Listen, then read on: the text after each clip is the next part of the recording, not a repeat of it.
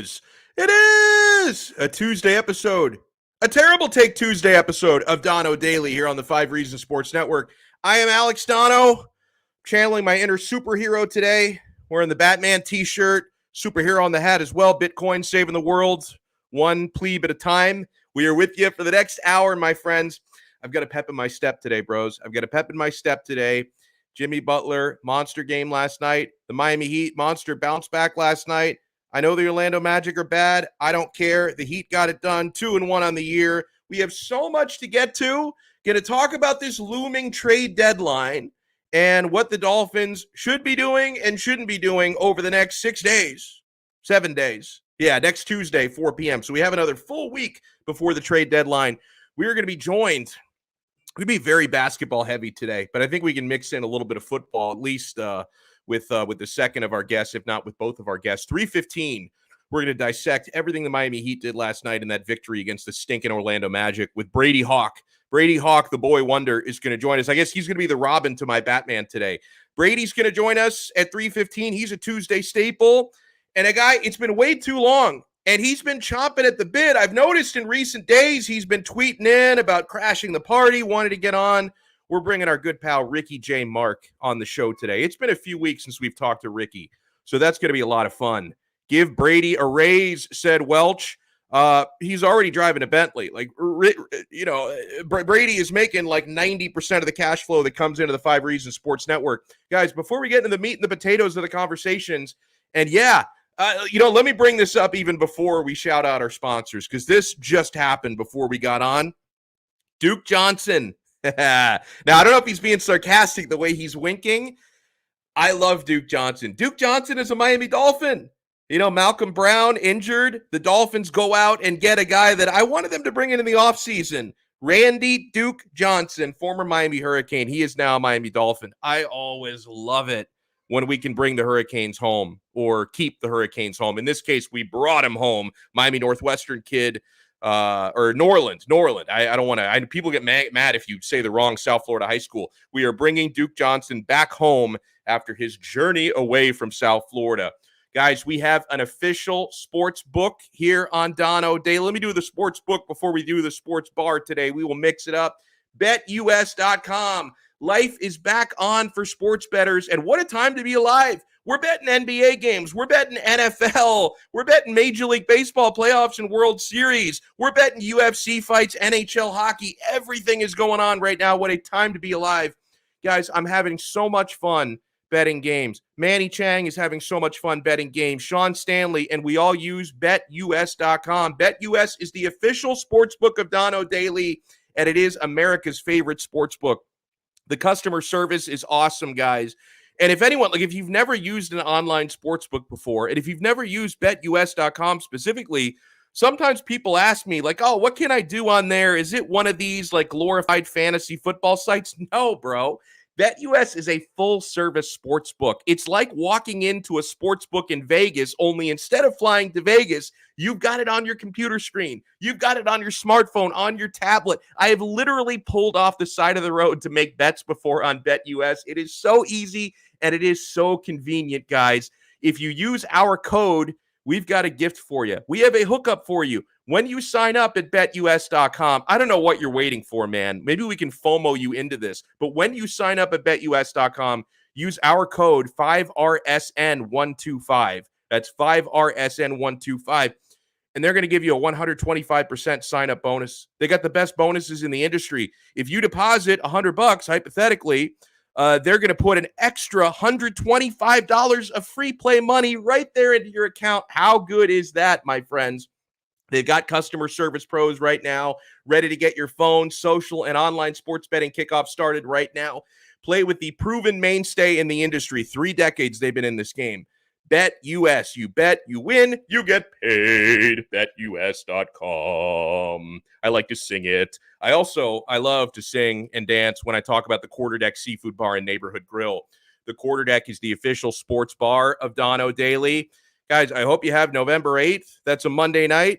Marked on your calendar. We are going to be out there for the watch party of the century. We will be out there at the Quarterdeck Sawgrass, eat stuff in my face with seafood, with sushi, oysters, Maine lobster, tremendous burgers, sandwiches, baby back ribs. The drink specials, my friends. You want to wet your whistle out at the quarterdeck? They've got 2-for-1 happy hour all day, every day. The 2-for-1 happy hour literally never ends. If you go out there to watch college football on Saturdays, pro football on Sundays, you can take advantage for the 5 for $15 ice-cold buckets of Heineken Light, Amstel Light, High Noon Hard Seltzer, and mix and match those to your heart's content. It's an awesome place to watch a game. They've got TVs on every wall. Hot tip, watch every UFC pay-per-view fight at the quarterdeck for zero cover charge. You pay nothing at the door. We will see you November 8th, Miami Heat on the road at the Denver Nuggets, and Monday Night Football. We're going to be watching it out there. Join the crew here at 5 Reasons, November 8th. And if you want to check out the quarterdeck's menu before you go, or if you want to find the location nearest to you, visit them on the web at quarterdeckrestaurants.com. The Quarterdeck, come for the food, stay for the fun. Cliff says, I sing too when I eat great seafood. I love the oysters and the Maine lobster at the Quarterdeck. If I were just to decide one day to sing the entire show like an opera, do you think that would get me more or less viewers? Be honest. Like if I just decided to say, we are a week away from the trade deadline, and Deshaun Watson is still a Houston Texan. The votes are coming in. The early returns are not good. People do not want me to sing an entire show. Donno betting the horses. I think I've only bet on, I'm not going to say I've never bet horse races because that would be a flat out lie. I think I've only bet on 2 horse races in my life. I bet on a couple of the Triple Crown races last year. I'm not, that's more of a Hank Goldberg thing. I'm not really enough into that. I'll tell you what I'm into and what I was into last night.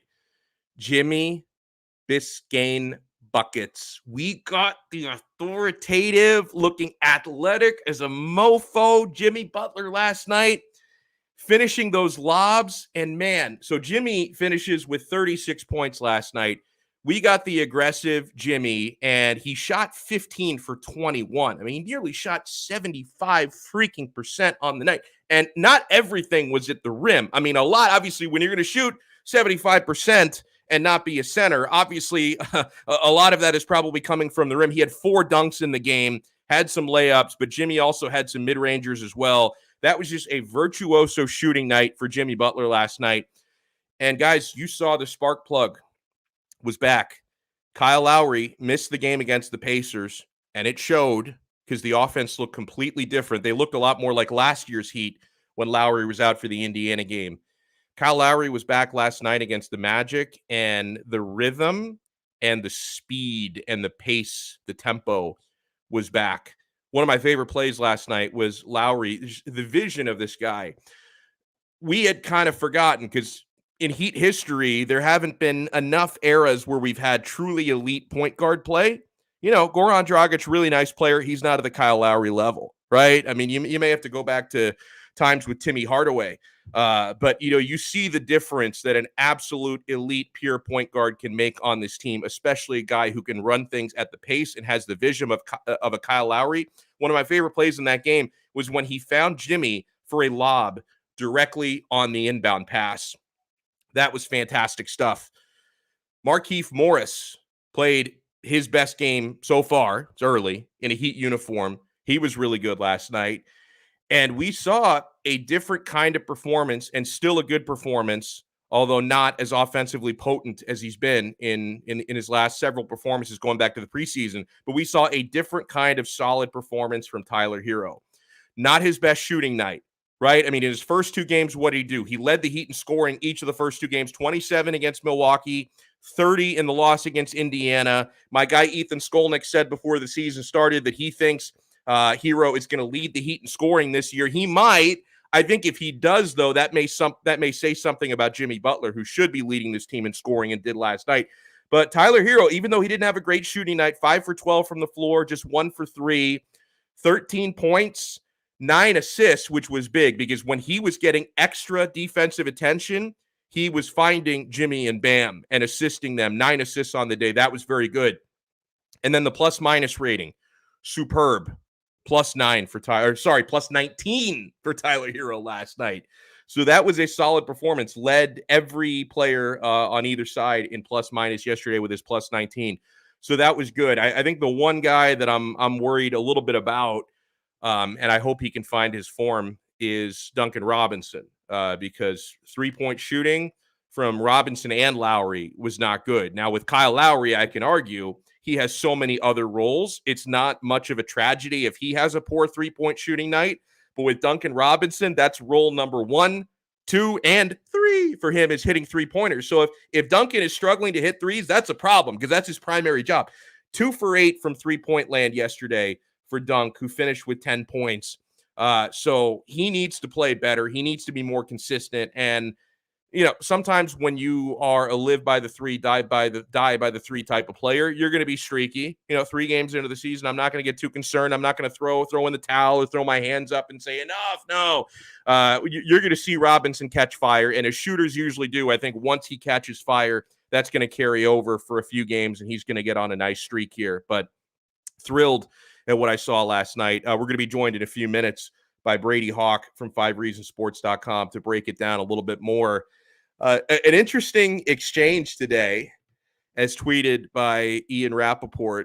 So Stephen Ross was approached by reporters, the Miami Dolphins owner, week away from the trade deadline. There's a lot being talked about with the Dolphins, Deshaun Watson, with Stephen Ross specifically. We'll get to those reports in a second. But on Tuesday, that's today, at a league meeting, Stephen Ross reportedly, according to that Rappaport tweet, Stephen Ross saw reporters waiting for him. Then he laughed and said, quote, "I know what it's about, and I'm not dealing with it," he said. Was that the right way to handle that for Stephen Ross? Doesn't that just stoke the flames, not put him out, with all that's being talked about with the Dolphins, Watson, other teams being linked to Watson? If he really wanted to squash this and not make it more of a story, I think there are 2 better ways he could have handled it. Number 1 would be just ignore the reporters completely. Just don't say anything. Just look in the other direction. Go into your meeting. Go on with your life, right? I think the other thing is you could say, hey, these are rumors. They're just rumors, right? Now, I think there's a good reason why he didn't say that about these just being rumors, because I don't think they are just rumors. There's definitely been things going on here with the Dolphins and Texans talking, negotiating for the past several months, let alone the past couple of weeks. So there's definitely something going on here. And I think the way that Stephen Ross dealt with that today, the way he handled reporters, goes to tell you there's definitely something going on here. Now, on Stephen Ross, this is what Peter King reported today. He says, quote, "I do hear that Miami owner Stephen Ross is not pushing his football people to deal for Deshaun Watson right now, which is smart," he says. "It makes 0 sense for a team to deal huge assets for a player when the team doesn't know when the player will be available to play." To me, I think it goes even beyond that with Stephen Ross and why he's and this is pretty consistent with Duke Johnson. Oh, is that another clue, Alexander, that Duke Johnson played with Watson? But no, I think that with Stephen Ross, and that's pretty consistent to what we've been told at 5 Reasons Sports, that he's not the one pushing for it. I think that's consistent with what we're hearing, but I think the reasons for it go even beyond Ross not wanting to deal for a player who's uncertain to be eligible. I think that you have to look at the current state of the Miami Dolphins right now. It doesn't take an idiot to see that, A, this team is much more than a quarterback away. So you also have to think about how many your assets you're giving up for a guy who is an elite quarterback, but then how many draft picks are you taking away? How many other areas do we need to address? That's number 1. And then number 2 is, and guys, this is getting more prevalent week by week, loss after loss. It's getting more prevalent here. Stephen Ross has to be thinking, if the job security of my general manager, my football czar, and that's Chris Grier, if his job security isn't looking very good right now, and that's a guy I'm going to have to evaluate, do I really want to make that job less attractive to future applicants by taking away 3 first-round picks and 2 or 3 additional assets, right? That Stephen Ross has to think about that and saying that, hey, Chris Grier might look at this as a Hail Mary to save his job. If even that's not enough to save his job, I need to remember that the next GM who comes in here might want to have a full complement of future draft picks stocking the shelves to be able to spend for himself. That has to be part of this debate. I mean, for an NFL owner, it would be irresponsible for him not to consider that, you know what? Yeah, we do have a chance to get an elite quarterback, regardless of the fact that his playing status is uncertain right now. We have an opportunity to get an elite quarterback, but we have to give up a ton of assets for him. And even if my current GM may be willing to do that right now, I don't know if my current GM is going to be my GM in the future. So I need to make sure I'm not making this job a lot less attractive for the next guy who might want to come in. And Ray Grullon, howdy Ray, hits the nail on the head. Sad state of affairs for our Finns. I'm so disappointed, shaking my head. And I know a lot of people, I've heard this a lot in recent days, because now that Carolina is being reported to be really interested.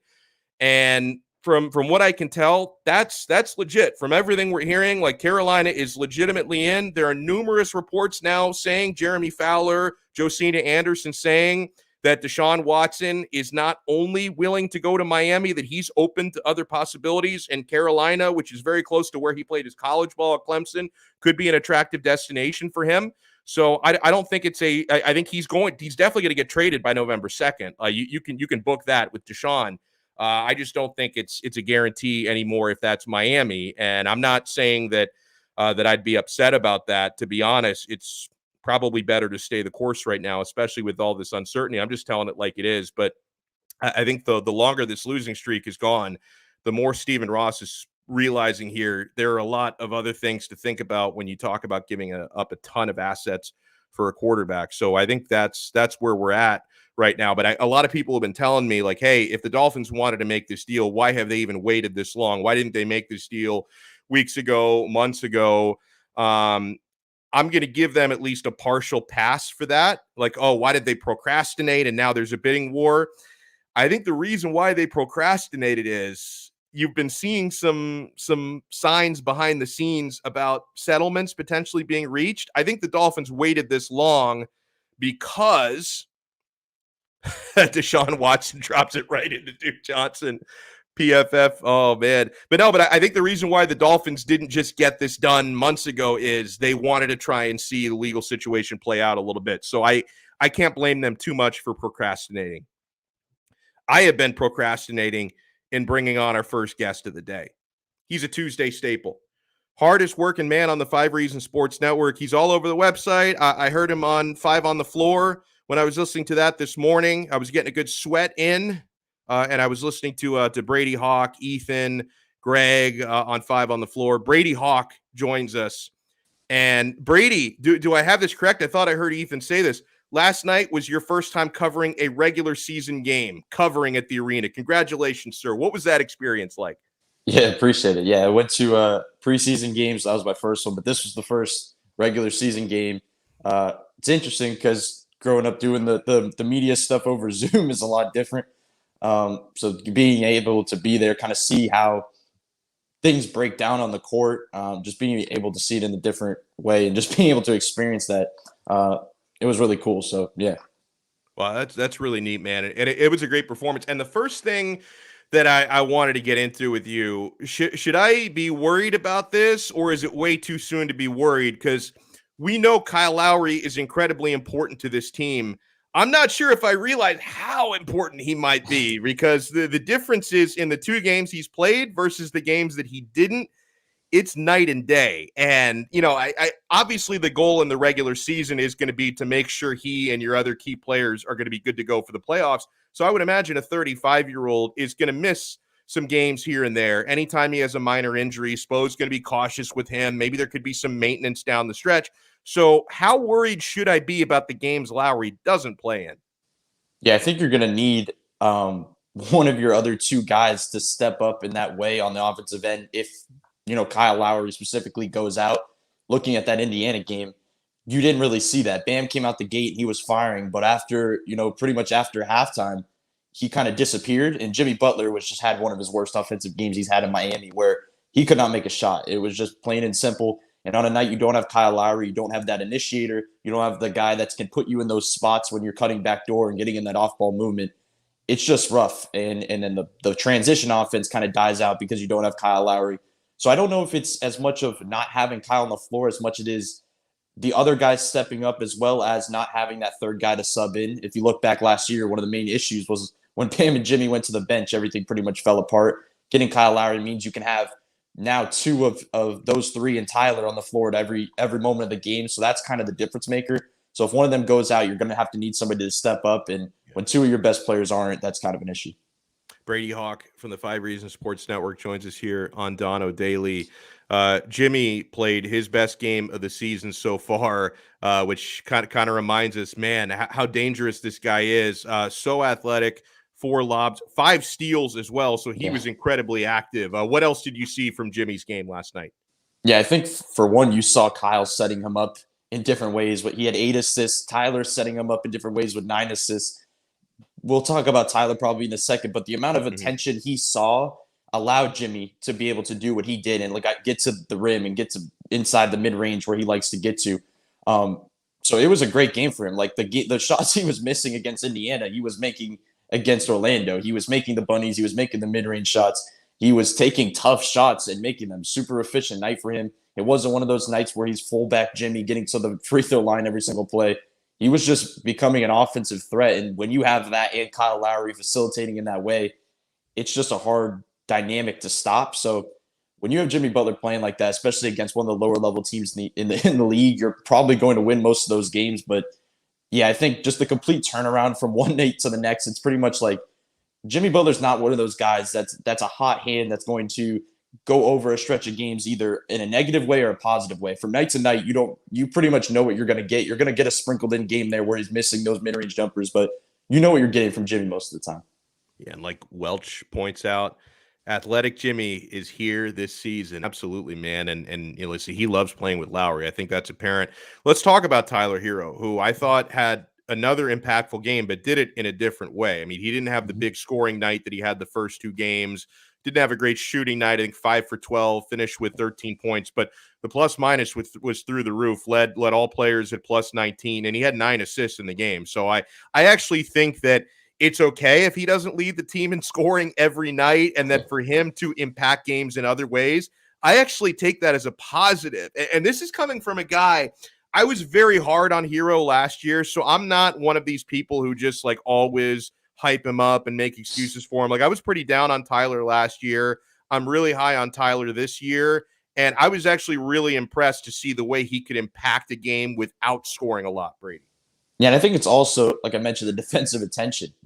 Last game and the game before that, he got double teams once he got rolling. Like once he got into the 20s, that's when the opposing team basically schemed up and said, we're throwing 2 guys, we're blitzing pick and rolls, and we're going to try to make him uncomfortable, which they basically did at the end of the Indiana game. This game, when he entered the game, went to the scorer's table, you saw Orlando basically scrambling and going right to it. They didn't let him get rolling early before they started throwing those doubles at him. It was right out the gate, and that's where the 9 assists came from. You saw Jimmy going backdoor, like I mentioned.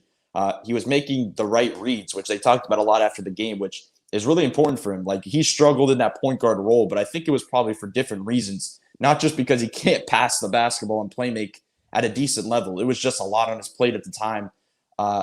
And I think getting that type of experience for that short stretch kind of helps him now. So when he's getting that type of attention and 2 guys are flying at him, it's not as much, forcing passes, because he's been that type of guy when he was playing that point guard where it was a lot of forcing stuff, and that's where he kind of didn't thrive. Now it's just about finding the open guy. When there's 2 guys on him, there's one guy open, and he was hitting, the right spaces, the right pockets all night last night. So if he's doing that, and he obviously has the scoring in him every single night, then that's what makes him so dangerous as a 6 man of the year threat. Now, last player I want to talk about before we look forward to Heat Nets tomorrow night, Markieff Morris. Yep. Best game in a Heat uniform. Talk to me about how he impacted that game. Yeah, I think he did it in the way that you want to see him do it, not with 3-point attempts. Like he's done it with threes his whole career, and I think that's why you've seen him not really thrive in a role on many teams in the past. You see him be able to be a role threat, a mid-range threat, and he does it really effectively. It's just when he gets in those 3-point spot-up roles, it just does not fit him well.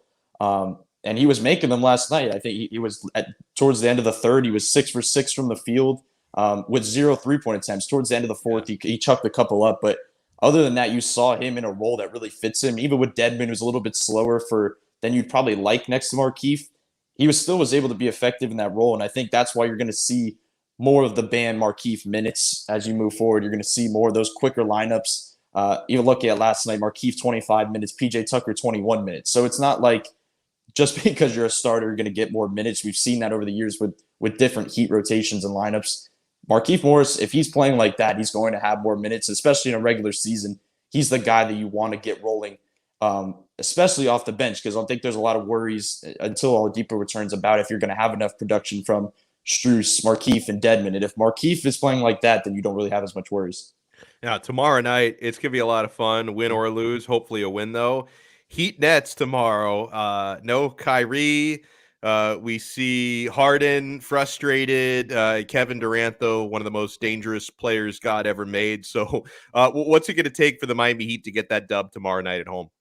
Yeah, I think it's just going to be a locked-in defensive effort. I think you look back at last year, nobody can stop Kevin Durant. Like, we know that nobody can stop him, but you can try and slow him down, and that's what PJ Tucker did in last year's playoff series. He got, they have a relationship of some kind, but he knows how to play him. He gets right in his grill, and he doesn't let him get comfortable with those positioning that Kevin Durant loves when he kind of jab steps and gets into those positions. So I think that's the interesting part, where you don't have to play Bam on Kevin Durant all game. You have Bam being able to probably guard Claxton and be able to play off that weak side where he thrives. You can mix it up, probably throw Jimmy on James Harden and try to mix some stuff up there as well. But it's going to be interesting, because I think you feel better about this matchup more and more when you watch these games, especially defensively. And then obviously on the offensive end, you really got to take advantage of the Nets' poor defensive lineups. Like, if you can sit there and do what you did against Milwaukee or do what you did last night against Orlando, then I think they'll be in good shape to at least be in this game and probably win it. But if you have a night like you did against Indiana, where the offensive, you just don't know what you're doing offensively and don't have a good go-to, then it could be a long night for Miami. You want to check out this man's work. He is always grinding at 5reasonsports.com. What do you have in the works later this week, Brady? Yeah, just continued takeaways after every game. So takeaways after tomorrow's game. Just had a piece go up about Duncan Robinson and Jimmy kind of working the dribble handoff more after it was kind of the Bam Duncan staple. So I kind of went into that, the new action that they're kind of going through now. I love it. Enjoy the rest of your day, Brady Hawk. Thank you so much. Appreciate it. Thank you for having me on. Make sure you follow him on Twitter at Brady Hawk 305. We're going to get on a couple of things I want to get into before we get on to Terrible Take Tuesday in a couple of minutes. I just started following this story before the show. Manny Chang was sending me some stuff about it. Now, on the one hand, as a South Florida hockey fan, couldn't be more thrilled that the team is 6-0-0 to start the year. Like, the Florida Panthers are absolutely flying.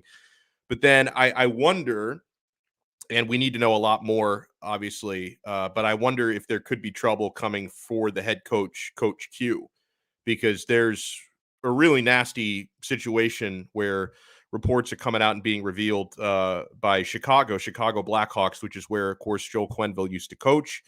And there was a sexual abuse scandal back in 2010 en route to Chicago winning a Stanley Cup. And now reports are coming out about it. And I really don't know anything about what Q did. He wasn't the person directly responsible for it. Let me just make that clear. But I don't know what he did or didn't know about that situation and what role he played in the scandal and the cover-up back then. He and others are going to be interviewed by the commissioner's office. So I hope that for the sake of the victims, that this thing gets sorted out and justice is served here. And then, selfishly, as a Florida Panthers fan, I would love to know that my head coach had nothing to do with it and that we can move on with our lives. But this could be an ugly thing, man. Oh, and oh man. Okay, so let's read this.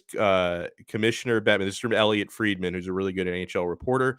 Commissioner Bettman, quote, with respect to God, these are names. I'm gonna skip the first name and just go on to Ann Quenneville. I plan to arrange personal meetings in the near future with both to discuss their roles in the relevant events as detailed in the report. I will reserve judgment on next steps, if any, with them. So obviously, from a personal level, I hope that the people who were victimized here get resolution And then, from a hockey fan level, I certainly hope that the guy who's in charge of my club right now had nothing to do with this, and that the investigation will show that, man. So pray around this situation, keep your fingers crossed, whatever you do, send positive thoughts. Let's hope that, yeah, come on. I mush the Panthers. I mean, I think I was going to say the mushing only counts for stuff that happened in games, but I did mush Will Fuller and got him injured already this year. And then Mush Jr., my guy Michael Christian, he mushed Victor Oladipo and got him injured last year. So I don't know how powerful the mush really is. I couldn't tell you how powerful it is. Another thing I want to send a shout out, because this is not a terrible take. I want to send kudos to Enes Kanter. I very rarely in the NBA, in Hollywood, do you see people actually verbally stand up to communist China and their human rights violations. Because guess what? The NBA, commissioner's office, people like LeBron James, all that they see when they think about China is that they ignore the human rights violations. All they see is 1.4 billion people, and how can we make all of their money? And it's very sad. Enes Kanter is not one of those people. He is calling out China and their Communist Party.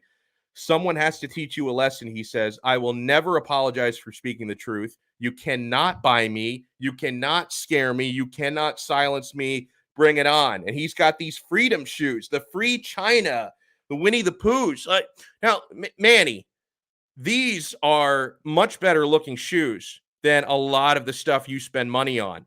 Can I count on you to support a good cause and put your feet into some of these Free Chinas? Because that seems to be a lot more relevant than sending your money to Kanye. Like, send your money to this Chinese freedom project, sir. Only if you buy them for me. How much are they? I have no idea. Because if they're more than $64.99, if they're more than $64.99, you know my policy on shoes. I never pay more than $64.99 for shoes. So how about I chip in $64.99 and you pay for the rest? It's probably going to be more because it's customized, so for sure. Oh, okay. Well, I'll chip in $64.99 and you can pay the difference, and we'll get you in some of these shoes, man. You can pay for my mummy dunks. I don't know why he cut himself off before he was even done talking. Let's get into Terrible Take Tuesday. Now, this is at least a mildly terrible take. I don't think it's something that Miami Hurricanes fans want to hear. So Manny Navarro tweeted out today as part of his story on The Athletic. He tweeted out, if Manny Diaz wins enough this season to save his job. Now, right there, a lot of Hurricanes fans are mad. What do you mean save his job? We don't want the guy to save his job. I get it. Stay calm for a second. So if he wins enough this season to save his job, his plan moving forward isn't necessarily to sit around and wait for young players to grow up. He'll be more than happy to work the transfer portal as he has in the past to fill needs. Now, I've got mixed feelings on the transfer portal. On the one hand, the transfer portal has given us guys like Jalen Phillips and De'Aaron King. And I know De'Aaron King has missed almost all this year and he's out for the season hurt. He was tremendous last year. Like, that was a good transfer move. Like, we have had some good transfer moves in the Miami Hurricanes football program. But, you also feel like, okay, why have most of the best players, like Charleston Rambo is another one, KJ Osborne a couple of years ago, like, why are most of the best players on this team transfer guys? Why can't we develop our own players? And so Hurricanes fans start to feel like, hey, the players we actually recruit get worse year after year, and we need junior and senior transfers to come in and save our asses every season. And he did say there, to be fair, to fill needs. So you're not building your program through the transfer portal, but I got to tell you, man, I want to see more homegrown talent. And I think Miami has a lot of potential right now. They've got some excellent wide receivers, running backs, safeties, defensive tackle. Like, they have quarterbacks. They have some good young players at important positions right now. I just hope that they develop the right way, because player development has been a big problem here. And I don't think anyone wants to hear about this transfer portal stuff getting prioritized. We move on to what can be a truly terrible take. Now, This tweet got me thinking about this, all right? So my guy Josh Cohen from ESPN West Palm tweeted out, oh, and Manny, if you can, go ahead and vote on this so people can see what the results are on the screen. He votes, and this is the time of year for this nonsense. Are pumpkin foods gross? Yes or no? Yes, they're gross. Bro, I get so annoyed. October, November, everywhere you go, pumpkin spiced everything. Pumpkin fucking cookies, pumpkin pie. It's disgusting. Actual pumpkins are disgusting. Have you ever cut open the top of a pumpkin and stuck your hand in? I just want to curl into a corner and die after I get that goo all over my arm. Like, jack-o'-lanterns are freaking disgusting, man. And then God forbid you leave the jack-o'-lantern out for like an extra couple days after Halloween. It gets all rotten and it smells disgusting and it like attracts raccoons and flies and werewolves. Like, it's a terrible, terrible thing. With pumpkins, honestly, they should be abolished. Pumpkin cookies, gross. Pumpkin spice latte, gross. Pumpkin pie, horrific. There's actually only one pumpkin food that I'm down with, and I'm glad Big Dan 305 agrees with me on pumpkin being gross. Barf City, says Ray. I don't mind pumpkin muffins for some reason.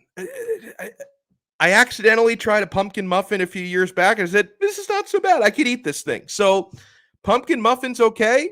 Pumpkin everything else, pretty gross. Jose Morales, though, says if you cook the pumpkin, it actually tastes sweet, especially if you put them in beans. Sorry, bro. You're not gonna get me around on this one. I'm not a fan. I want to go through a few more terrible takes here. Bring up this tweet, another food-related tweet from World Series JT. He says, which is the correct way to cut a peanut butter and jelly sandwich? Which, you see it there on the screen, either diagonally or cut right in half. I got to tell you, man, if you grew up with mom or whatever, whoever your legal guardian was, if you grew up with somebody cutting it right down the middle for you, I feel so bad. That's probably the way serial killers' parents cut their PB&J, right down the middle. I can't explain why. There's something about the algebra of it, the angles, but diagonally cut sandwiches, especially PB&J, taste 100 times better than cut down the middle. Honestly, 100 times better. Diagonally cut sandwiches is the actual way to. Brian Fernandez says, rotten pumpkins attract werewolves. I need to try that out. You don't want to, bro. You do not, believe me, from somebody who has experience, you do not want an actual werewolf at your doorstep. It's not going to end well for you or for your loved one. So don't even tempt fate with that one. But I can't be alone on this one. Diagonally cut sandwiches, especially PB&J, are far superior. You cut it down the middle. That's how you know you don't have any love in your life. Like if your parent, your sibling, whoever makes the PB&J for you, if they cut it down the middle, they do not care about you. Find another family to live with. It's bad. I had to bring this tweet up from Huai Tran Bui, who writes this meme, puts out this meme. When people say Dune is boring, they don't understand it being the caption.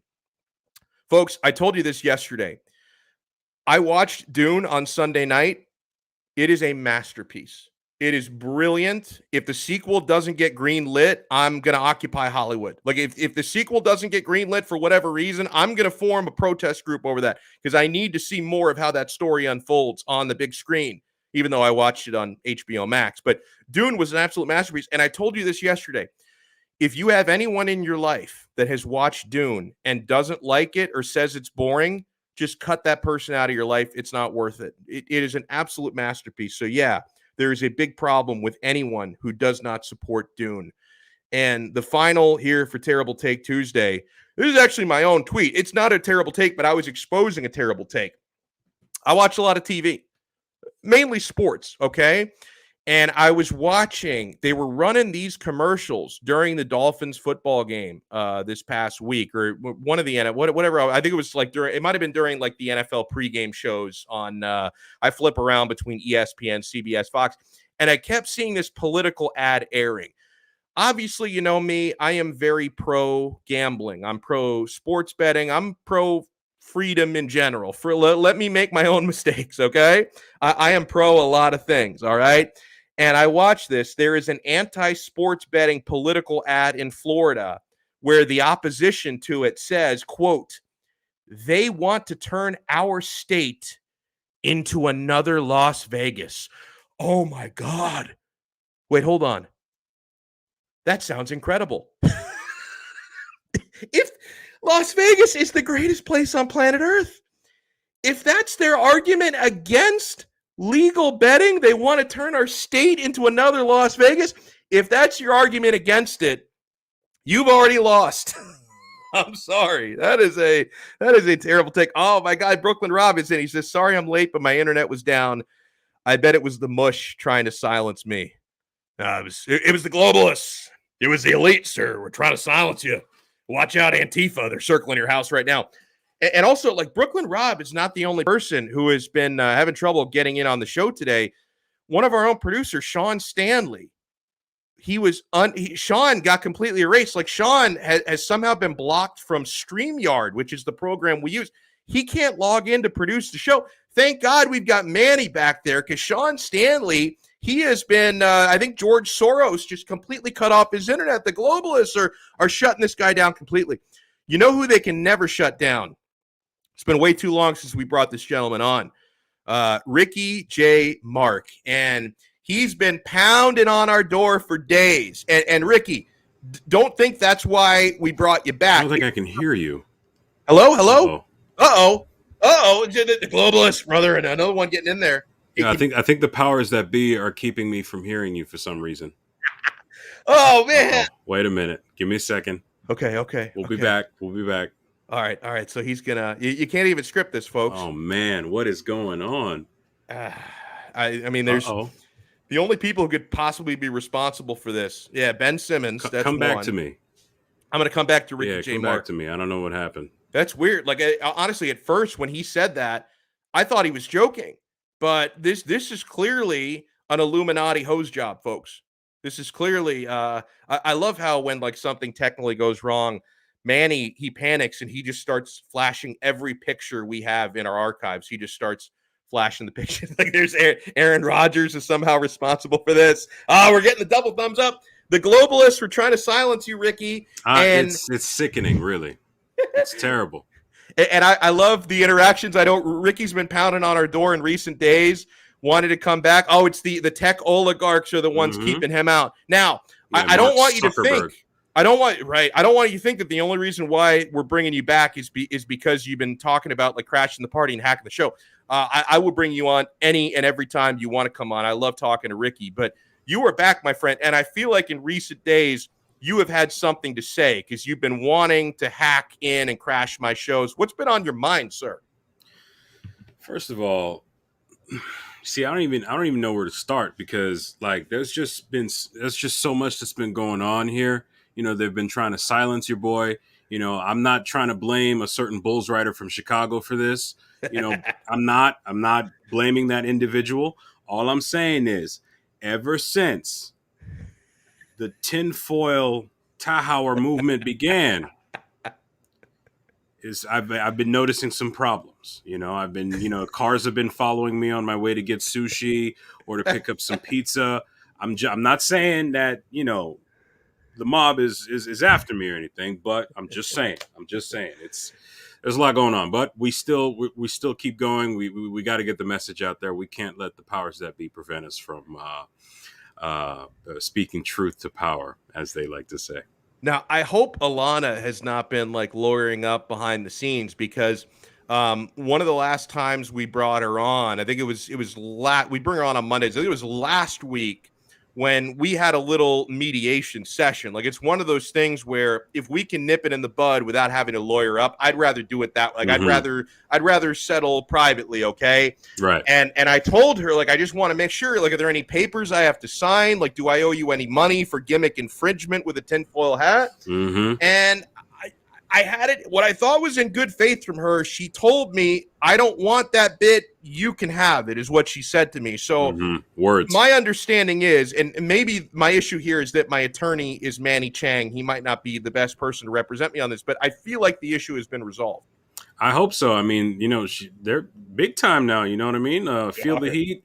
Feel the Heat is, I believe, moving the video, if not this week, next week. I think they did. I think they started that Yeah, yesterday. you got the Clutch Corner, I believe that's going to be tomorrow night. That's another outlet. You've got the, NBC up north. You got, everything that's going on, the writing with Chicago. Like, hey, big time is big time. And, this isn't even about me. This is just, there's clearly a movement here. All right. And I'm not saying any names. I didn't say any names, but it is what it is. But on the bright side, the Miami Heat are doing a lot better than they were last year, and it gives you reason to feel confident about their prospects. I had a feeling that you were going to transition to that. I thought I'd help. See, you're a mind reader. Like, you knew. Like, in fact, I should probably keep the foil hat on so you can stop, reading my brainwaves. That was the only thing that was blocking you from getting in. But, yeah, and I wanted to start with and, of course, leave it to me to try and find a potential negative out of a very positive performance. But I am looking at small sample size, yes, but in 3 games, I think we're seeing pretty clearly how much of a difference Kyle Lowry can make. Yes. Right. And he was absent for the second game, and just the ball didn't move the same way against Indiana that it did against Milwaukee and against Orlando last night. So do they have enough of a plan B, at least until Oladipo is back? Because, listen, I know that this team is built more so for the playoffs than the regular season. But the regular season is still important to an extent because seeding is going to be important. And with Lowry being 35 years old, he's going to miss some time in the regular season. So do they have enough of a plan B for the games where he's not available? Absolutely. I mean, let's keep in mind, let's remember this, okay? Miami, even without Kyle Lowry, is more talented than they were last year. And they practically squeaked into the playoffs. This team is built as such to where if a veteran inevitably goes down to injury, wear and tear, they should be able to survive 1 or more games without that player, as long as it's not an extended period of time. They should be fine. I go back to that Indiana game. There's no reason Miami should have lost that game. No reason. Talent-wise, execution-wise, they should have won that game. It's a shame that they wasted one might even call a virtuoso performance by Tyler Hero. But, I mean, not to relitigate that because I'm sure, but, they went away from the thing that got them close to the dub in overtime. I'll just, leave that at that. But look, these things aren't going to happen too often. I did warn prior to the season with regards to the relative age of this team that injuries will be a factor. As you play, slight tweaks that you might have sustained at age 25 are probably week-long injuries when you're 35 and older. And not that that's a bad thing. It's just that's the way life is. That's just how it is. We need to prepare for that. So I think Miami right now keep playing their game. This is, as far as I'm concerned, this is a potentially a 50-win team as long as they stay healthy and consistent and focused on the goal. And I think they will be. Just, this team has enough. This team has enough now to get it done. There are no excuses. I mean, they have a legit shot at not just the conference finals, but beyond.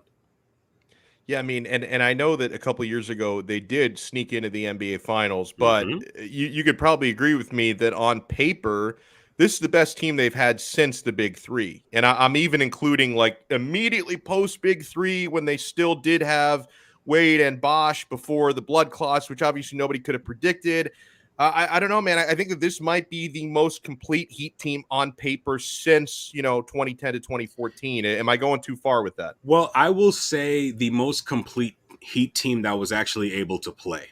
Because remember, for about 4 hours, we had a starting lineup of Goran Dragic, Dwayne Wade, Luol Deng, Chris Bosh, and Hassan Whiteside, and then Bosh goes down. So technically, on paper, we had a really good team for a couple of hours, and then unfortunately the blood clots happened. But yeah, I think given what this team is working with, I don't think it should be much of a surprise to Heat fans if, compared to 2020, if this team were to wake up sometime in early or mid-June and find themselves in the NBA Finals against the Los Angeles Lakers again. Now, if you ask me if it's going to end the same way, yeah, probably. But hey, look, the Heat are a better team right now. And here's the thing. If we look at the Eastern Conference, the way it's currently constructed, the Eastern Conference got better again. Yeah. Miami arguably kept pace with that. And as a result, that puts them in a much better position to succeed when you consider the turmoil happening in Philly, the uncertainty happening in Brooklyn with James Harden coming to terms with the reality that his style of play, well, guess what? You can't, lean into a foul anymore. You're going to have to figure out a better way to play. It might affect his play long term. He's still recovering from the hamstring injury. KD is KD, one of the best small forwards, one of the 75 greatest players of all time. But, he can carry you for a couple games, but not a whole series, as we found out last year. Yeah. And as far as I'm concerned, those are your two stars in Brooklyn. You've got some solid guys like Blake Griffin and LaMarcus Aldridge, but outside of James Harden and KD, two professionals that have done what they've needed to do in order to put their team in position to win a championship, it's going to be a tough situation. They'll be there in the end, but anything is possible. And, like I said, I think during the offseason, Miami is well positioned if it stays healthy and focused to potentially capitalize on some of Philly's problems, some of Brooklyn's problems. What if the Hawks, for some reason, underachieve? These are all things that could happen. And next thing you know, boom, the Heat keep it together, not unlike that 2005-2006 Heat team. What do you think is the end game for Kyrie Irving with this whole vaccine standoff? Do you think this gets resolved, or is he just the type of guy who's thinking, nah, I'm such a contrarian, I'm never going to cave? So I'm going to give you two answers. One, I don't care about Kyrie Irving. He made his decision. He's sitting at home. I don't every time I turn on the TV and I see that they're constantly relitigating this vaccine debate when we have the information, there's no more research to do. The decisions have been made by the players and they've had months to decide about this. It is what it is. We move on. That's just whatever. He's not a member of the Nets right now. He was rightfully sent home, and I'm so happy the Brooklyn Nets decided to do that. The second thing is Kyrie Irving is a contrarian without a cause. I'm not the author of that quote. I saw that on Twitter somewhere. I forget who it was that said that, but he is a contrarian without a cause. Throughout his career, he's been the kind of person that has been, for lack of a better word, obnoxious, either to players or to the press. We can read forever about that. And on top of that, even if he were to take a perfectly healthy FDA-approved vaccine plus the booster, if he so desired, it's not even a guarantee he would be there for you in the end, because he's missed, and I'm rounding up here, he's missed 50% of his career due to injury. If it's not injury or an undisclosed personal reason, that too. That he will miss for whatever it is. And I hope, look, if it's tragedy related, regardless of the human being, we're sorry that happened. Go take care of your family. But this is the same Kyrie Irving who last year, moments after the Steve Nash hiring, was already outspoken about how, oh yeah, we don't need a coach. We'll be fine. We can do it ourselves. Until KD of all people had to actually check him. Not long after that, he had a personal issue with his family. Again, I don't pry any further than that. If it's a family thing, you do what you got to do. But the professionalism was lacking. Why? He couldn't so much as inform his first-year coach, Steve Nash, who was quite literally an MVP in this league and a player and understands that whole experience. He could have given fair warning, even could have given his agent, had gone through his agent and had his agent tell Coach Nash, hey, I'm not available tonight, personal reasons. The team would have understood. And he didn't do that. There are ways to go about doing things, and I completely understand where people are coming from, where it's like, yeah, marching to the beat of your own drum, speaking out on behalf of certain things. It's not to say that Kyrie's been 100% in the wrong on a variety of issues. He's gotten involved in the community with regards to endorsing and being personally involved in the election of a local DA in Brooklyn. He gets credit for that. But here's the thing. In many ways, the New York Knicks and the Los Angeles Lakers, as well as the Cleveland Cavaliers, dodged a huge bullet, as well as the Boston Celtics dodged a huge bullet when he either forced their way out of or avoided going to those particular places. Because at this point, Kyrie Irving is a headache. I try not to say that lightly, but the reality is, if he's not engaging himself in all this nonsense that's happening with regards to a safe vaccine, that, look, I'm a black man, I understand the history, but that doesn't apply here. It's FDA approved. I've been vaccinated since April, and no twitches, my 5G, nothing. Like, it's stupid. Like, we've all been vaccinated. Anybody out here that grew up in public school, and I'm sorry, I don't mean to turn this into a whatever. We've all gotten jabbed. Okay, enough of this. This is ridiculous. Let's not suddenly become a Hotep woke man because of some YouTube university professor telling you what to think. I'm going to go do my own research. Okay, great. But anyways, ultimately, look, he's not worth the headache, and he's up for an extension. I hope Brooklyn cuts their losses or trades him to Oklahoma City or Indiana or something and gets some talent back. Never mind what the players already with the Nets think, because at the end of the day, you're trying to win a championship, and clearly Mr. Irving is not interested in doing that. He is more interested in being a contrarian without a cause. Boom. That was the best Kyrie breakdown we've gotten on this show. I can tell you that was fantastic. And so to shift that, we'll stay with the Nets, but we'll shift to tomorrow night's game. Yes. What do you think happens? Because obviously KD, even on his worst nights, is going to put up big time points. Absolutely. So how could you see that playing out tomorrow evening? I think that he can win that game. Absolutely. Yeah. I absolutely think that he can win that game. We have enough to beat them. It's not like when Bam was scoring 40 points a game against them and losing by 7. This team has enough. Look, all respect to the Nets roster. They're a solid team, but outside of KD and James Harden, who is averaging 6 for 19 from the field every night ever since the rules changes, this Heat team has enough to not only slow them down defensively, but compete with them on the offensive end. Now, of course, they're a historically good team in terms of, they're two stars now. Excuse me. They are definitely beatable. Look, if Kyle Lowry is healthy and he's able to contribute, even if he doesn't put up huge points like, some might expect him to do, the pace in which he's able to push. LaMarcus Aldridge is not a spring chicken. Blake Griffin is not the spring chicken he used to be. And then you have KD and James Harden. Okay, this Heat team can handle their business against this Nets team, because the Nets team, it's James Harden, Kevin Durant, and then there's everybody else. Yeah. The Miami Heat are more of a collective right now. And it's crazy to say it because it's so early in the season. We're not even in November yet. But I have every reason to believe that the Miami Heat, given Jimmy Butler's reawakening, Bam Adebayo's awakening on the offensive end and assertiveness on the offensive end, as well as Duncan Robinson and the seeming ascension of Tyler Hero, who I told, when I told you, I remember before the season started, don't expect the hero out of him, but he's played very well this season. The Miami Heat should go in there and beat the Brooklyn Nets, even with those talents, because what do we always say? Hard work beats talent when talent doesn't work hard. Not to say that the Nets won't work hard, but this Miami Heat team, they're going to work. They're going to outwork you, and they're going to run now. Let's go. Roll the ball out. Let's see what happens. I love it, man. Anything to promote? When's the next time we can see you, hear you on the network? So I am doing pregame shows before floor, 1 hour before every Heat game with Ethan Skolnick, Brady Hawk, Greg Sylvander, and I think Jonathan Romlicon might jump on from time to time. I'll be there every night. RJM Radio is coming back. I have a very interesting guest. We've been on a bit of a hiatus for quite some time, and quite frankly, it had to do with just a mental health break. I talked about that during my last visit with you, Donno. The fog is cleared. I feel fantastic. Good. I feel inspired again. We're getting back to work. We're ramping up production again. I think people are going to like the very first guest that we have back.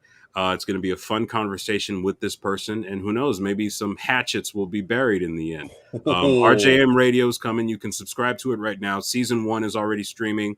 Some bonus episodes, some interviews that I've done in the last few months to kind of fill in the content gap. Those are all there. It's available on Apple Podcasts, Spotify, pretty much anywhere you get your podcasts. And of course, you go to rickyjmark.com, go to Ricky's Resources. You'll find a whole bunch of things that extend beyond just politics and sports, especially if you need to breathe, seek help. Look, we're all going through it right now. And look, there's a light at the end of the tunnel, and I am a living example of that. I love it, man, and I'm glad you're taking care of yourself and feeling really good. And I need other people to follow that example, man. As someone who's been to therapy, it has taken a lot of long looks inward and outward. Yeah, it's important. In my life, it is very important. It is like people don't always realize, and if you're doing great, that's awesome. Like I'm not trying to say you should look for problems that aren't there. Because for me, like my philosophy is, whatever works for you. Like if you're someone who honestly feels like, you know what, I don't understand why people get depressed and why people go through stuff. Try to be sympathetic to others, but definitely be happy you're doing great, and don't even give it another thought. So I love it, man. Oh yeah, man. As soon as I get off from our exchange, I'm probably gonna have a solid twerk session. Twerk it out a little bit because I'm a grown man, and yes, I do that. And then it's just probably eat some crackers, maybe some strawberries, and just live my life. Watch a couple YouTube videos after this. That's a good day off. That's a great day off. Enjoy it, my friend. Enjoy every second of it. All right. Thanks for having me, Donno. I'll be back. Awesome stuff is always there by Ricky J. Marc. I love that face at the end, man. By the way, a couple things before we wrap it up. So trade deadline, we all know in the NFL, we don't always put this much of a spotlight on the Dolphins at the trade deadline, but with all these Deshaun Watson reports, it's very much gotten our attention lately. But he may not be the only thing that we're looking at to either bring in or send out. Okay. I was reading this ESPN Plus piece this morning talking about hypothetical trades. This wasn't reporting. This was hypothetical stuff. And one of the hypotheticals they brought up was Dolphins trading Xavier Howard to the Indianapolis Colts in exchange for a first-round pick in 2022. That's the draft coming up. And a second-round pick in 2023. And again, this is not a report. This is a hypothetical thing. But, we have heard some hypotheticals, people wondering, well, could the Dolphins trade X? Does X still want to be here? So I sent out a Twitter poll, and it's getting a good number of votes, and it's certainly steering in one direction here. I said, Dolphins fans, would you trade Xavier Howard for a 2022 first-round pick and a 2023 second-round pick? And 75% of the nearly 1,000 that have voted so far say yes, they would make that deal. 25% say no. Now, if I could vote on my own poll, I would have voted yes on that for two reasons. Number one, that compensation is pretty crazy for a 28-year-old corner. And I didn't make up the first round and the second round pick. I put in what they had in that ESPN Plus story. I think if you could get a first and a second for a cornerback who's nearly 30, you don't think twice about it. You do it. That's number one. And then number two is, unfortunately, my outlook, everybody's outlook on this Dolphins team has changed since they opened the season. Training camp was when they had the whole saga with X to get him to agree to that restructured deal. And I was very much in favor of it. Keep this guy at whatever cost. Part of my thinking was this team might be ready to contend this year, or if not this year, next year, right? I thought the rebuild is over. Giddy up. We're a playoff team this year. You got to keep X happy. You got to do whatever you can to keep him. Unfortunately, 7 games later, we're 1-6. We're almost mathematically eliminated from the postseason already. And we realize the rebuild is not over. And it might even still have to get worse before it gets better. So, you look at the situation the Dolphins are in and you say, hey, you know what? Yeah, if you can get a couple of high draft picks here, and Brooklyn Rob, I guess he just came back in. He says, what did I miss? Where did you see this? And again, Rob, this is not a report. This was an opinion piece written on ESPN Plus where the author put together some hypothetical trades. And then another big part of it, and a lot of the Twitter responses I got were the same thought that I had, okay? If you're talking about trading a player away again for high draft picks, do you really trust the current regime to use those draft picks correctly? I mean, we got a ton of nice draft picks for Laramie Tunsil, got a bunch of nice draft picks for Minkah Fitzpatrick. And what do we really have to show for it at the end of the day? So, yeah, if Chris Greer is the guy making those picks, that might be a problem. If you're telling me different general manager, different regime, maybe. But the current guy who's been in charge using all those draft picks has failed, okay? And, a lot of times when people come in, they ask me if there's any new reporting I've heard about the Deshaun Watson situation. I was asking my guy how seriously he's taking Carolina. He didn't have a definitive answer for me, but he did indicate to me that he thinks that Carolina can be a legit player in this. Okay. Now, you did have I think it was the Glazer report over the weekend that said Houston was telling other teams who were interested in Watson that they would have to outbid Miami to get that done. I don't know 100% what Miami has already bid for him. You remember a couple weeks ago, I told you I was hearing Houston wanted from Miami 3 firsts, 1 second-round pick, 2 third-round picks. I don't know if they actually offered that. That's what Houston wanted from them. That doesn't necessarily mean that's what the Dolphins offered to them. So I don't know what it would take to beat Miami's offer. I can also tell you it has been indicated to me that the Dolphins are still reflecting on themselves a little bit, because the same way I didn't expect them to struggle this much to start the year, they didn't expect themselves to struggle this much to start the year. So I think that they are evaluating if making a big move like this for one position is really the right way to go right now, because I think that they probably thought they'd be closer to being a quarterback away from competing for a title, and they are a lot more than a quarterback away for competing for a title. A guy, John McClain from the Houston Chronicle, has been doing a lot of reporting on this story recently, and as far as I can tell, he seems to still consider the Dolphins to be the favorites here. I still consider the Dolphins to be the favorites here for Deshaun, whether you want that or not. That's a whole nother debate. Personally, I think I would rather not, given all the legal stuff. But it's been indicated by multiple reports that the Dolphins are still the favorites here. But I think the margin is closing a little bit, right? Because a week ago, it seemed like not only were the Dolphins the favorites, it seemed like it was Dolphins or bust. Doesn't feel that way anymore, right? It feels like Carolina. I don't know how many other. I know that Josina Anderson basically said that there were like a handful of teams. I don't know if that's the case, but I do think Carolina is serious. So it may come down to Miami and Carolina. And even if Miami are still the favorites, I do not think the margin is as wide as it was a week ago, where they seem to be the only ones. Cap for Life writes in, well, how about Tua going to Carolina? I think it's possible that even if Watson came, they would keep Tua, but I think they would prefer to deal him away because the toxicity factor of having Tua on the roster with the guy replacing him would probably be something that they would want to avoid. Oh man, and by the way, I don't know this Coach Q stuff with the Chicago scandal.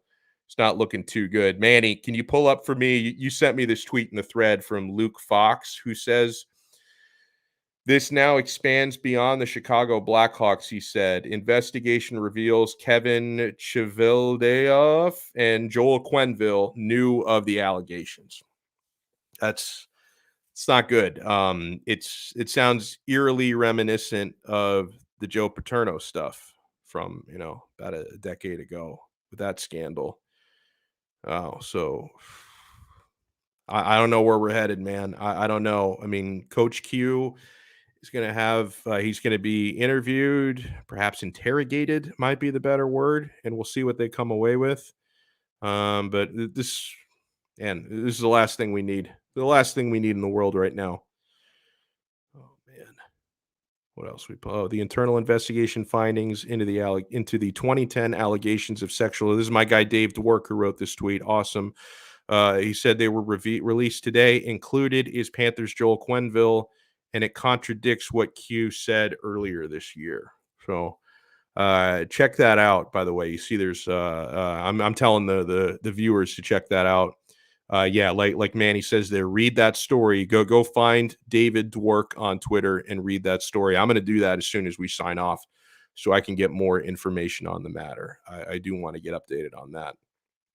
Man, it's a bummer. It's a bummer way to end the show, but I appreciate everybody. I'm sorry I didn't bring up as many comments as I usually do during the show. So let me bring up a few here before we wrap it up. Nathan Shomar says, no to Watson, give Tua a chance behind a proper O-line. I will fully admit to you that I don't feel that great about either option, and I hope I'm wrong, because I'm not convinced that Tua is the answer, but I'm also not convinced that Watson with his situation is, and all you'd have to give up for him. So, like, I maybe you can win with Tua in this league, but I think that he's looking to me like one of those quarterbacks where everything else has to be right. I fear we may have another Ryan Tannehill type situation in our hands where everything else has to be right in order for Tua to win.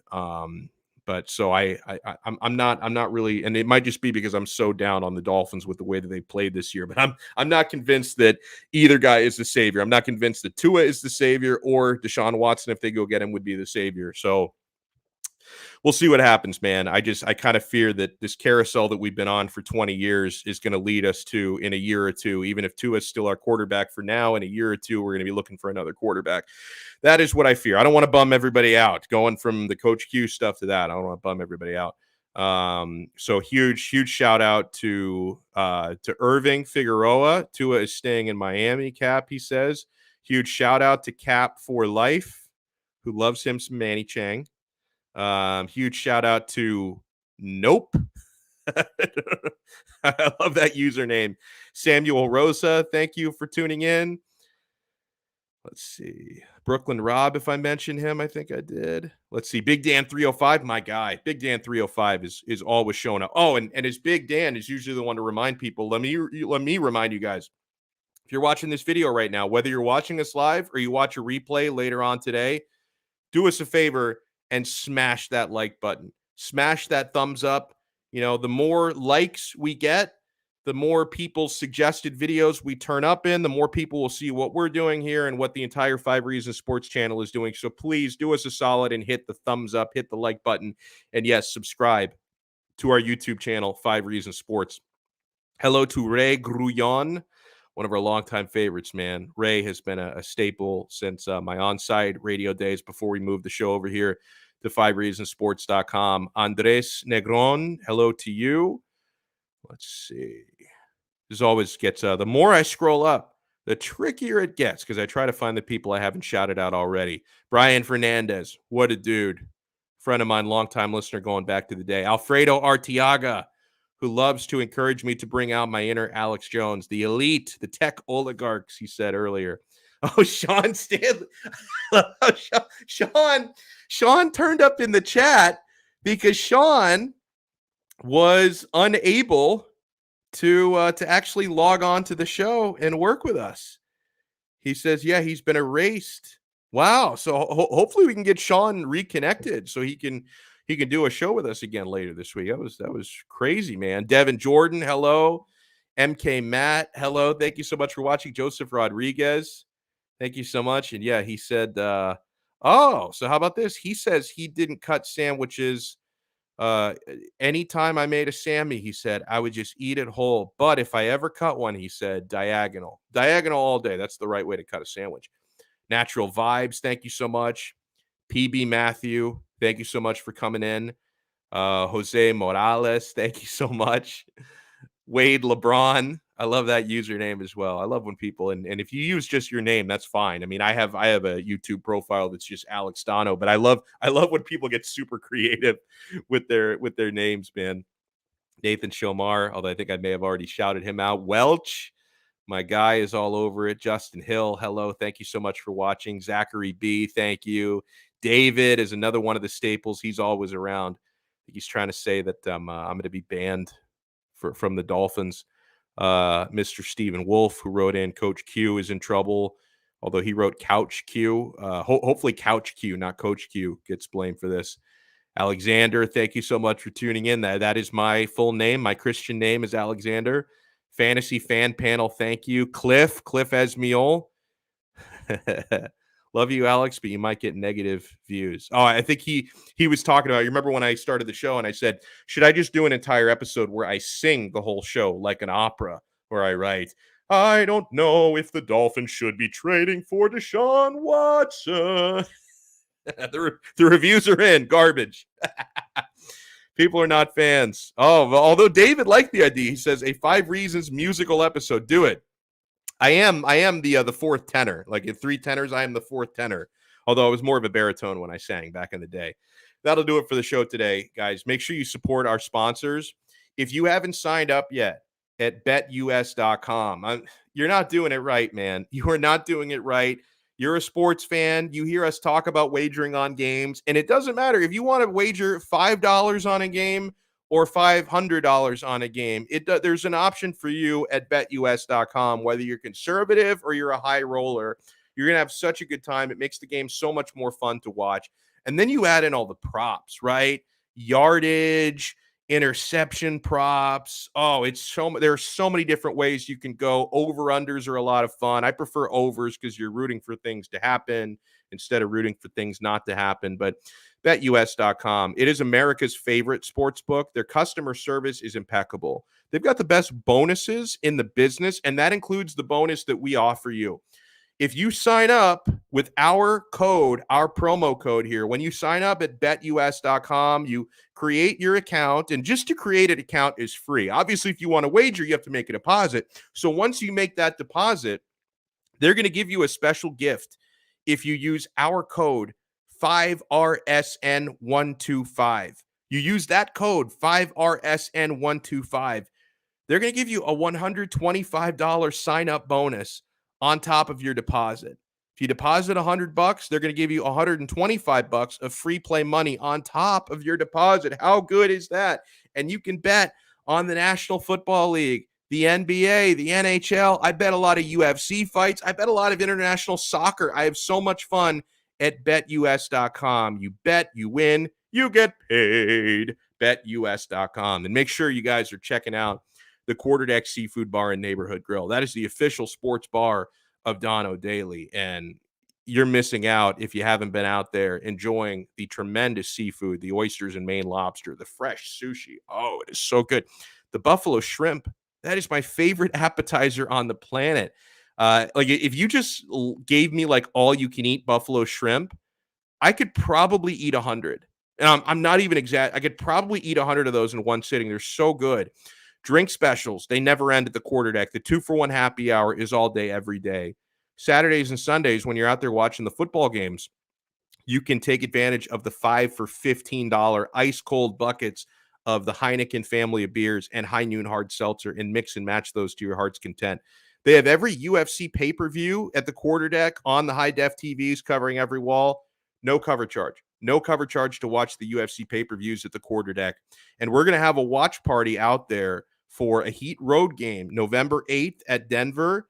And that's a Monday night, so we'll also watch Monday Night Football out there. They're going to have, it's going to be probably 75% of the TVs on the Heat, 25% on Monday Night Football, something like that. We're going to be watching both games out there. So mark it on your calendars. Monday, November 8th, come out there and join us at the Quarterdeck Sawgrass for a watch party and meet all of our great personalities from 5reasonsports.com. So if you want to check out the Quarterdeck's menu before you go, or just find the location nearest to you, visit them on the web at quarterdeckrestaurants.com. The Quarterdeck, come for the food, stay for the fun. Oh, I feel bad because 15 minutes ago, Manny told me I have to go soon. I'm just looking at that now.